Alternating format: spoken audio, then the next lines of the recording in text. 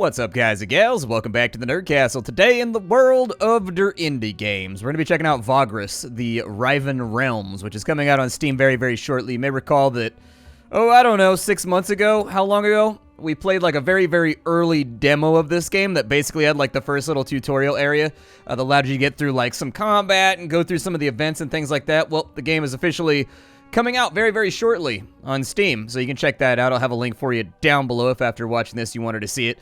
But what is Vagrus? Vagrus is a game that's kind of a post-apocalyptic world where the gods have basically like all died, or they've all left, and they've all like taken off. They basically are not around anymore, and the entire world has been turned into a giant dusty wasteland. There's lots of crags being craggy. There's lots of sands being sandy. You get the general idea. It's sort of a Romanesque world, so it's kind of a Bronze Age world where people have like gladiuses and pilums and things like that. The closest thing actually with regards to aesthetic that I could possibly compare it to is if you ever played Tyranny, which is a CRPG, I think from the same wheelhouse that made Pillars of Eternity. It's got a very similar aesthetic to that, just including like dwarves and, you know, fantasy races as well. So anyways, if you're into the Bronze Age, if you're into caravan simulators, if you're into games where going from point A to point B is not necessarily about completing the journey, but is instead more about just kind of the things that happen along the way, you may find that you really, really like this game. Bear in mind that this is not a game that you're like supposed to win. This is a game that like you play and you go as long as you can before something inevitably goes wrong. I don't know even if the game has an ending or whatever. It's a sandboxy game where really you do whatever you want. And at its core, it's kind of a trade simulator, but there is combat that's very, very similar to something you would see in like Darkest Dungeon, where you've got formations and people fighting. There's also a lot of management to this game when it comes to managing your guards and your workers and all that kind of stuff. So anyways, pretty sweet little title. Let's go ahead and dive in and start on off. Nothing beside remains round the decay of that colossal wreck, boundless and bare. The lone and level sands stretch far away. Yeah, if you've never heard Bryan Cranston do his reading of that poem right there, I do highly recommend it. It's a very, very good reading. Ah, yes, a Vagrus. What a profession. Daring and savvy, always watching the horizon, always looking for an opportunity, and of course, for what is best for his comitatus, eh? And you are a Vagrus too, are you not? Many of your kind have I seen in my long life as a vagabond. Care to listen to a story about your exquisite occupation, good master? It is a tale of woe and terror, but it is also a tale that is true, as I have seen it with mine own eyes. Alright, so you have a pretty easy option right here. You got to decide whether you want to play the tutorial, which is fully scripted and has like a storyline and kind of introduces you to the world and has little cutscenes and videos and stuff like that. Or, if you click this one right here, it's going to take you into the actual main game where you play Sandbox, you create your own character, you do your own thing. So keep that in mind. It's not super telegraphed incredibly well, but if you've never played the game before, you should definitely do the top option because this is a complicated game that has a lot of moving parts and has a lot of things going on. I would say that the tutorial is probably going to take you about 45 minutes to an hour to mash your way into the part where you actually get to, like, play. Like, you do get to play in the tutorial, but they're going to be walking you through things, like, step by step, being like, this is how you put equipment on one of your horses. Like, they're going to be going through everything, the totality of the content. It's a very, very thorough tutorial, but it is a long tutorial, so keep that in mind. We're going to go with this one right here. Fair enough, good master, fair enough. You don't want to hear tales of trusts betrayed and of bad decisions? It makes sense to me, with you also being a Vagrus and all that. Tell me, have you been long at it? And where do you come from? It is not often that I can talk to one of your kind. Okay, so now we get to create our Vagrus. There's going to be a number of people that we can choose in between. We can be humans of various kinds, so we can be an Imperial, we can be a Tarkian, we can be a Dajmahan. Each one of these guys will come with different kind of abilities, I guess. So this guy is savvy, so he gets an extra little part of intellect. We've got resourcefulness over here. Resourcefulness is this meter right here. It's basically like, I don't know if you've ever played Shadowrun before, but it's kind of like Edge. It allows you to basically modify the results of checks by spending the points. we've got the House Venari faction reputation that we start out with. This guy right here starts out with Evaluate, which means this guy's probably a really good trader. He's got Persuasion. He's also probably a good bargainer. He starts with an Awning, which means that the awnings will be equipped to your caravan, and it makes it so that your workers consume a lot less food. And then we start out with some coffee beans that we can sell whenever we arrive at wherever it is we're going. We have the Daj Maha. They are tough. They start with dried fruit and timber. So they start out probably with a little bit more money than everybody else does. We've got the Dwarves. So we get Dwarven Gadget, Evaluate, which means the Dwarves are pretty good traders as well. And then we get Tough, which means that we can march and we can take more damage and we can do all the things we need to do. There's also Elves down here, but we don't pay attention to them because Elves are the enemy because we are Dwarves around here. This guy is Dexterous. He's got a Luck Talisman, which actually seems like it's pretty good in combat. We've got the Perceptiveness perk as well. And then Orcs. If you're going for like hardcore combat, you may want to go with the Orc because they start out with Mighty, they start out with Tough, they get an Orcish Terror Totem, and then they start out with some Ivory for some extra cash as well. So it's really up to you what you want to play. I'm going to go with the Dwarf because I like Dwarves. I love Dwarves. Dwarves are the best. So right here we got to choose what our background is. We can be a Veteran, which will give us Boost, I guess. Okay, so that's going to allow us to temporarily raise the level of companion skills in combat, so it's a buff. And then we have the Toughness perk over here. We have Adventuring, which will give us Survival, Resourcefulness, and Insight, which isn't bad at all. We have Artisan, which is going to give us Engineering. It's going to give us some quality tools, and then it's going to give us some Insight. We can go with Criminal, so we'll get Con, so that we can cheat people a little bit more, and then we also get some kind of like Longshoreman's Guild reputation right there. It's pretty sweet. We can be a Laborer, which is going to make us better at prospecting. It's going to give us an extra worker when we start out, and then we also have the Tough perk. We can be a Slaver, which is going to give us Intimidation, plus 3 slaves, slave cages. Oh, really? The slave cages make it less likely that they'll escape. Gotcha. Slaves are identical to workers inside of your caravan. The only difference is slaves don't get paid. So, like, that's pretty much it. Like, effectively, slaves are a limited resource that will occasionally rebel, occasionally try to stab you in your sleep, occasionally try to escape, but they cost no money, and they complete all of the work that a worker does. So, it's really up to you how many of them you want to keep around. Let's go with...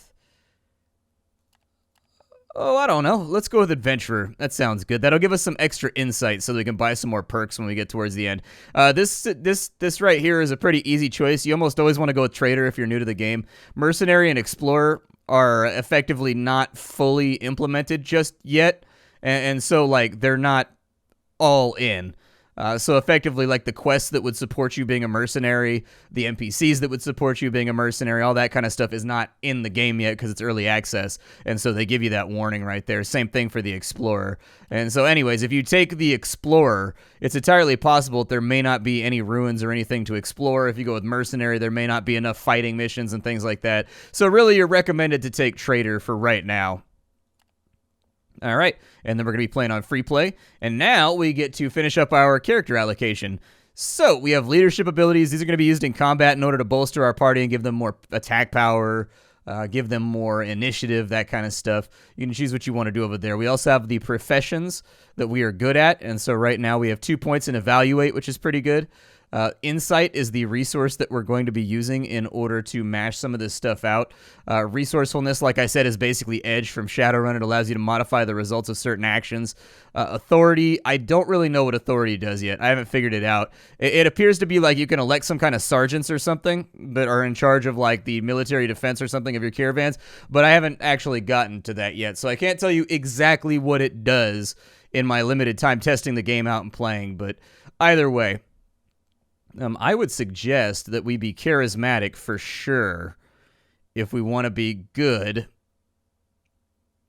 at handling our business, because we are going to be a trader. I would say that we should probably take a little bit of healing. Might not be a bad idea, just being able to heal somebody on the road. Beast lore is probably a good thing to take. What do these cost? These cost 2. Let's go with perceptive as well, because I feel like, actually, maybe we'll go with intellect. There we go. We'll go a little bit of intellect right there. Yeah, that sounds good. We've only got 1 insight left. I assume we're going to earn more insight as time goes along. Yeah, we get it by completing stories, contracts, and revealing codex entries. So, like, we're not stuck with the character we're creating right now. Our name, oof. Our name will be Hrongar. That sounds like a good, strong dwarvish name with consonants next to consonants, and it ends in like a grrr sound, you know, so that they know that we're fierce. We'll take them out. Curious, curious. I am humbled to have made your acquaintance, good master. I am sure that many great adventures await you on your journeys. It was an honor talking to you, good master, but these old bones are aching, and I must rest now. Oh, yes. Perhaps we will talk in the morning. Perhaps we will. May the gods guard your sleep. Sleep is slowly but steadily beginning to overwhelm you. Is it the late hour, the exhausting journey, or the mesmerizing voice of the old man? You faintly recall stumbling to your tent and crawling inside, and then there is only darkness. All right, so morning creeps up quietly in the arid wasteland. You wake up and step out of your tent into the crisp air, yawning, stretching, and blinking in the orange light of the rising sun. The fiery orb's warm rays are welcome in stark contrast to how you will all feel in a very few hours. Your crew, groggy still after an early start, shambles around the camp busy with their chores. Some of them are still huddled around their dying fires, and you take a look at the horizon to the north and find it empty against the morning haze. But you know that beyond that jagged line, the way station of Kernak awaits. A short stop to your way to a proper city, less than a week of trudging through the plains, and you reach Torzag's shelter. You hope to rest there and find much-needed work. In fact, this was the reason you took the Comitatus north, to Terra Supra, the lands beyond. New opportunities. The previous Vagrus of the traveling company perished several weeks ago, and even though you worked for her for only a few months and are indeed very new to this wandering business, the crew elected you to take her place because she trusted your abilities. Morning, Vagrus. One of your guards walks up to you and draws you out of your reverie. The old geezer you talked to last night is about to leave and wanted to say goodbye before he does. You nod and head to the campfire. You find the old storyteller in the process of packing his meager equipment while whistling a tune. You clear your throat discreetly. Thanks for coming, good master, he says, fiddling with the sling bag. I will not go to Torzag's shelter with you. My path is elsewhere. I'm grateful to you for letting me travel with your comitatus. And yes, I guess I've earned my keep. Now, he has no coin or anything of value when we came across him in the middle of nowhere, so we allowed him to travel with us and eat from our stores in exchange for entertaining the crew with stories along the way. And true enough, no hour has passed without a tale being recited by the strange fellow. He even made an effort to entertain you while sitting at your campfire last night, but be that as it may, you allowed him to tag along as an act of kindness. The old man turns to you and smiles innocently. I may have been able to repay you more properly by giving you some advice, huh? If you don't mind me saying, good master, you're only starting your venture as a Vagrus, and you could probably use some wisdom? No, I'm good. I'm solid. As you will. Who is old Agos to lecture you anyways? Mind me not, mind me not. He takes up his gear. He limps away smiling awkwardly, but as you're about to return to your duties, he stops and calls to you. One more thing. Oh yes, before I forget, there's someone in Torzag's who could be of great help to you, good master. Let me at least guide you to him in exchange for your hospitality. The chap is called Braxius, strange fellow really, but not because of his peculiar lineage. He runs a shop. He'll buy any trinket off of you that you don't need. He may sell you something useful too, so who knows. I'm just remembering now, he once sold a Gavranian wood talisman to an orc mercenary who, The old man stops abruptly when he notices your expression. Where was I, good master? Oh yeah, Braxius. Yeah, just east off the Calrish Market in a small street that has a dark stone statue of Mercatus over a fountain. Best of luck. Irafons be with you, good master. I'd better go now. Alright, he walks away. So this is what the game actually looks like right here. You've got charts. I don't remember exactly what the button is for the chart. There it is. It's the A button. This is the game world right here, in case you were wondering. And really, the game is all about you taking your caravan and moving in between all of these like major cities, just moving stuff around. Now, every single time you move on the map, things are going to happen. Like sometimes nothing will happen. Sometimes you'll be attacked. Sometimes there will be like mini quests. Sometimes there will be things that catch your notice and just kind of like sell the setting of the world. But it's really, really up to you. One mount and one fighter. Oh, I do have a mount right there. Yeah, give me an outrider then. I'll definitely take an outrider. Perfect. I had a mount. So here we have our 2 scouts. We have 6 fighters, 1 guy that's a mounted warrior, 6 workers, 6 slaves, and a beast of burden. We also have money up here. We have 15 brass, 8 lurg, and 2 changers. The changers is the smallest increment, so I know it looks gold, but it's the smallest increment. So 10 of these is one of these, 10 of these is one of these, so on and so forth. So it's really usually pretty easy to figure out. You'll get it after you play with it for a little while. But if something costs like the brass, like, oof, be careful. It's easy to spend all your money. We need to go to Kernak's way station. So we're going to travel up to here. When you're traveling, the thing you need to know is that you have movement points that are listed up in this top left corner. And then you have maximum march. Basically, it's going to cost me 4 AP or 4 MP movement points to move to here out of my 10. And if we run out, we have 5 in reserve. But if we touch on that reserve, it costs us Vigor, which is this stat right here. Vigor and Morale are kind of like esoteric stats that kind of represent like how much energy and how much willpower your party still has left remaining. And if these go down, it's not a good thing.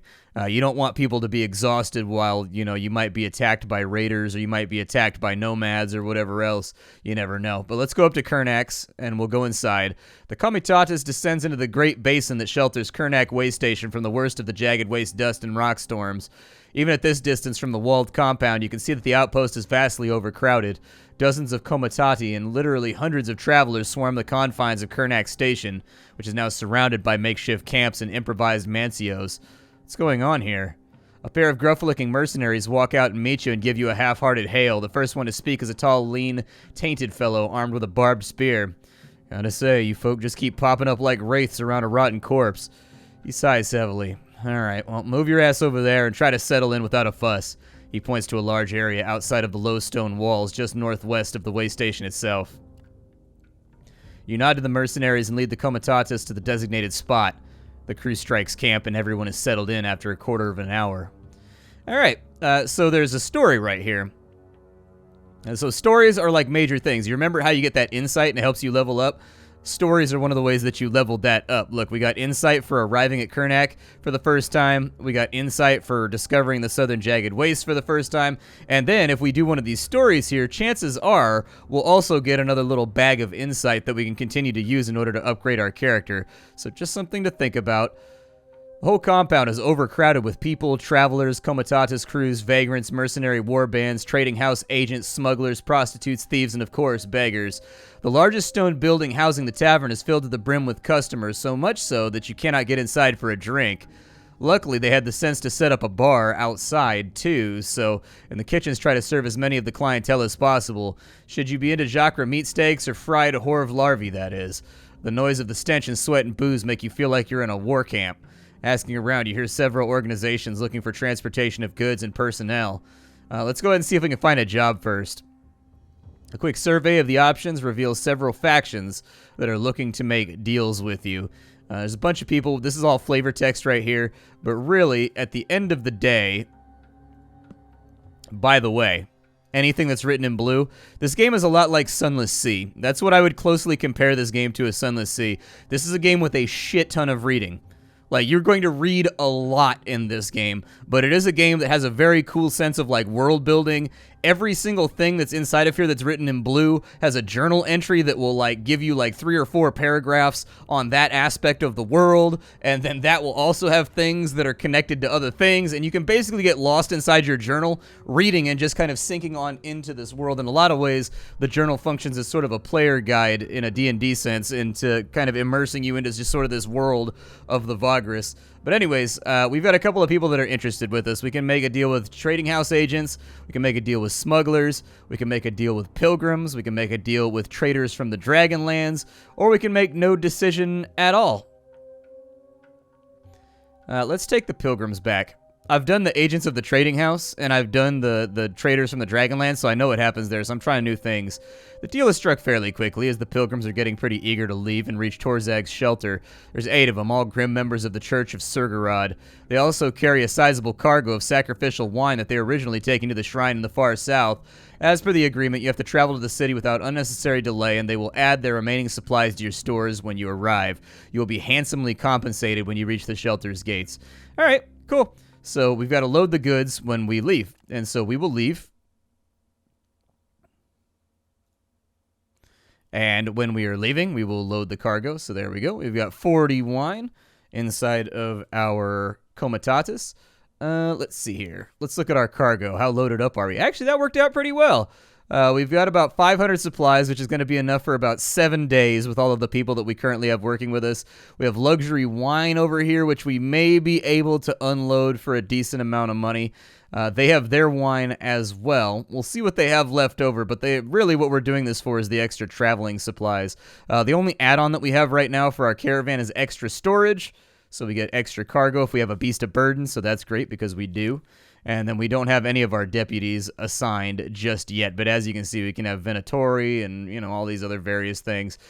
Getting to the road is going to be principally what we want to do right now because the road will make us travel very, very quickly. Let's camp on the road right here. You have a choice every single time that you camp because we're out of movement. You can decide whether you want to pay now or you want to pay later. And you can effectively just kind of like build up accrued upkeep that you can pay eventually. I just pay them every single day, and I click on the lock right there to make sure it happens all the time. We've got our slaves right here. They are submissive at the moment, which is fine. We can liberate them, or we can beat them to get that up or down, depending on what we want to do. There are benefits to having more rebellious or less rebellious slaves, I suppose. Our workforce is at 12 out of 10. Not sure why we have a max cap on our workforce. I assume that it has to do with something. But yeah, this will just give you kind of a all-out thing. You can also decide if you want somebody to go out and you want them to gather supplies by foraging, by clicking on these guys. We have our scouts, we have our workers, and so on. But just be aware that if you do that, there's a pretty good chance that they might die, or they might lose vigor or whatever else, and it may cause you problems in the coming days. So just stuff to think about. You can also set up how many guards you want to have right here. So what'll happen is, if we put in a bunch of guards, our morale will be keen, our slaves will be compliant, our nutrition will be sustained, and our vigor will be slightly lower than it was today. And in the opposite direction, if we wanted to gain vigor, we could do it that way, but we'd have a chance of slaves escaping, stuff like that. Since we don't have any things that are super important right now to worry about, I would say just kind of use the middle one. All right, so there we go. We've paid our workers. We're doing what we do. Let's go ahead. We can scout and whatnot, too. If you see the little eyeball when we're looking at these locations, we can scout. And it'll tell you what your chances are of something bad happening on that tile or finding good things or whatever else. The Comitatus moves along the sturdy stone of the Emperor's Road. Thanks to the even surface, you make better progress than usual. Until the wind comes up. The problem with straight open roads is they don't give too much of a shelter when it comes to baleful environmental winds. The wicked gale of the wasteland attacks the Comitatus with full force, making it impossible to get ahead.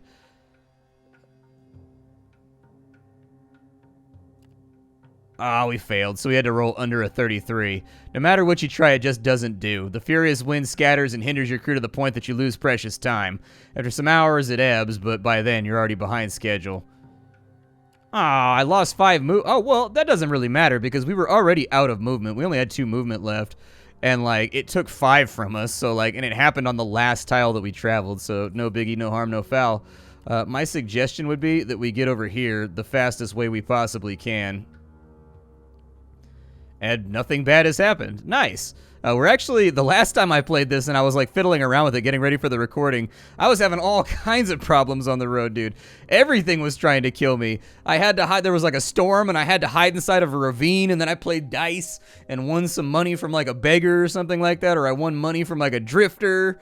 And then my slaves had a mini rebellion. Dude, it was crazy. This time around it's going easy peasy. We haven't had any problems whatsoever. It's been simple. Very, very simple. There's Torzags right there, so we'll probably be there tomorrow, it looks like. We're just going to go one step at a time. I guess we're good. We'll end our day right there. And now that we're at Torzags, we can move up to here. Very nice. Aw, man. Your crew finds it nearby when the Comitatus makes a short stop. A pile of stones and around it arranged in a pattern some carved tokens. There's also small offerings of all kinds placed next to the tiny shrine. There can be no question about it. The sacred place is dedicated to Irophons, the Saint of Roads. A seasoned traveler yourself, you're aware that the elusive holy figure may bestow blessings upon those who aid others on the road or place offerings at his shrine. Yeah, we'll leave an offering of coins. There you go. You leave an offering at the shrine and move on. Perhaps Irophons will watch over you on your journeys. You never know, man. With these Roman and Greek-infused gods, they're always fickle. You never know if they're going to, help you get a favorable wind or thrash you on the rocks just because they're having a bad day. You never know. The Comitatus is in sight of the nearby settlement, eager to get some well-deserved rest, but what do the people who took you on at Kernak say about all this? And they seem pretty happy to me. The great Black Blood mountain towers ahead, crowned with black fortresses and jagged battlements. The single immense wall that blocks entry into the bowels of the mountain looms ahead. Your passengers are making ready to depart, but first they check their cargo. Everything's there, and they unload it. The Raging One shall give you strength, Vagrus. Nice. So we were paid 150 supplies. We now have plus 50 with the Church of Surgarod. They left our Comitatus, and we were paid 26 lurg. So we got 2.6 bras. The passenger's gone, as is their cargo. They will surely enter Torzag's shelter on their own. All right, so the city is here, so we can have a look around. You reach the fortified gates of the city. An inspection follows as you approach the guards. I have nothing to hide. After getting through the inspection, you are told now that you owe a gate tax. All right, that's fine. 3 changers, dude. That's like nothing. That's like nothing, dude. Is that a real thing in history, a gate tax? So if you cross over like the portcullis of a settlement, you got to pay the tax? I didn't know that that was a thing. I guess it makes sense. I mean, it's basically the same idea as bridge taxes, which we have here where I live. Anytime, I don't know if they have that where if you're European or whatever. I don't know if they have that where you live, but where I live, anytime you cross a bridge, you got to pay a toll. Anyways, I don't know where you come from, but where I come from, we have bridge taxes. If you cross over the bridge twice, you got to pay it. And you get like these little, like you get like a little RFID reader in your car, and when you drive through it, it goes boop boop, and it just automatically debits from your account. It just makes it easy peasy. Let's see here. All right, so we've got lots and lots of stories down here that we can play around with. Man, a bunch of them. Okay, let's check out the markets first and just kind of see what's going on here.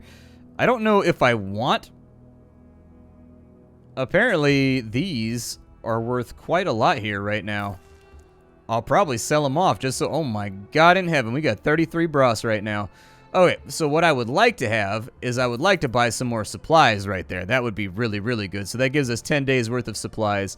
What are the prices looking like? So Torzag's shelter, we could make like 3, we could make like 3 of the changings or whatever they're called, changers for each one of those, but we'd have to carry a lot of them down there. And this guy right here, the lowest is in Kernak Way Station, the highest is here. We're not really going to make any money off of that. Let's see here. Apparently, in Torzag's shelter, they're paying a ton for this kelp over here.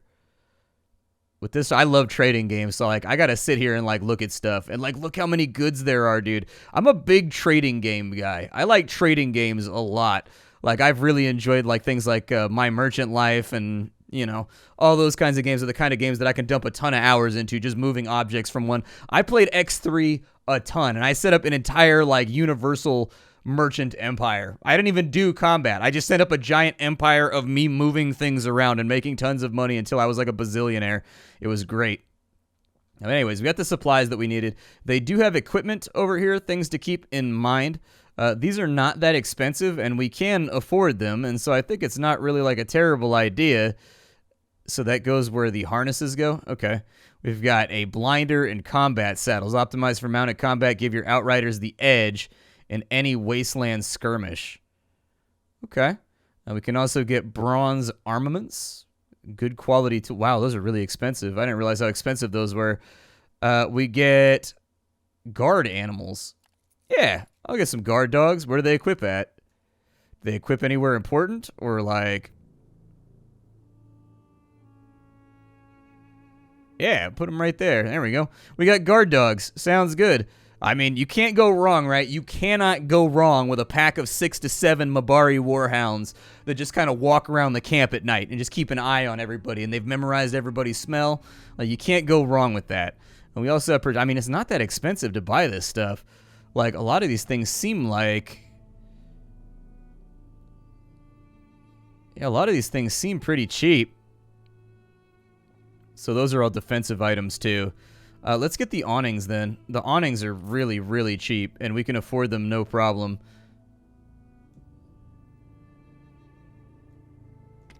so we can put it right there, and then that's going to lower the amount of food that our workers consume too, because they're going to be in the shade, or I guess water is probably what they're implying. But either way, that's good. Let's go to a story now. Let's explore the city. Why not? Go for a stroll and see what we find. After leaving the market district, you walk down a fairly abandoned street leading back to the civic district, where you suddenly hear alarmed voices ahead. Looks like a chase. There he is, get him! Someone bellows as stones throw away from you behind the buildings. A lean fellow runs out at a breakneck speed from a side alley and across the street, almost falling over and panting. The man tries to climb a stone fence just a few paces away from you, clearly trying to get away from the people chase him. Get him! Don't let him get away! So we can either catch him, or we can help him get away. I don't have either of the stats. Some of you are quick enough to run up to the man and pull him off the stone fence as he's about to clamber up to the top. Once down, the fellow is pinned to the ground, huffing and puffing. His pursuers arrive, a group of citizens led by a round-headed, out-of-breath fellow with a bushy beard and scars indicative of the taint. You got him. You got that bastard. He soon has the fleeing man, a half-elf rogue, in his custody. The tainted man explains that there's a merchant of alchemy resources and herbs, and his warehouse was ransacked by this guy you just caught. He assures you that the thief will be put to trial and promises to send you some token of his gratitude to your mancio. True to his word, the merchant's gift arrives later that day. 4 medical supplies. Very nice. Forever in the twilight of the gigantic cavern and lit sparingly by huge iron lamps, Torzag's shelter. Oh, okay. We're good there. We got that all taken care of. Damn, we're out of time. My name is Splattercat. This is Vagrus. I was hoping we would get further, but this is a game with a lot of reading. It's a game with a lot of text. It's a game with a lot of immersion, and so you don't want to skip over that stuff. Like I said, this is a game that I think has most in common with, like, Sunless Sea. It's a game about exploration. It's a game about, like, trying new things. It's a game about dying and then trying again, and seeing with the knowledge that you gained last time how much further you can get this time. Like, and I think that's obvious because the game rewards you with XP, not for combat, not for doing this, that, or the other, but it gives you XP just for kind of meandering around and discovering new events. And that sort of, to me, belies what the developers wanted out of the player, is just to kind of sandbox it up and have fun in our environment, you know? So anyways, you can get Vagrus down below. I'll have a link for you. My name is Splattercat. Thank you for stopping on in. I sift through the pile to find what's worthwhile in the world of indie games every single day so you don't have to. Today up on the chopping block was Vagrus. On your way out, if you could check out the Discord and the Twitch stream, I'd very much appreciate it, and I'd love to be your host in both of those locations. Take care, and I'll see you with something hot and fresh off the indie skillet tomorrow, everybody.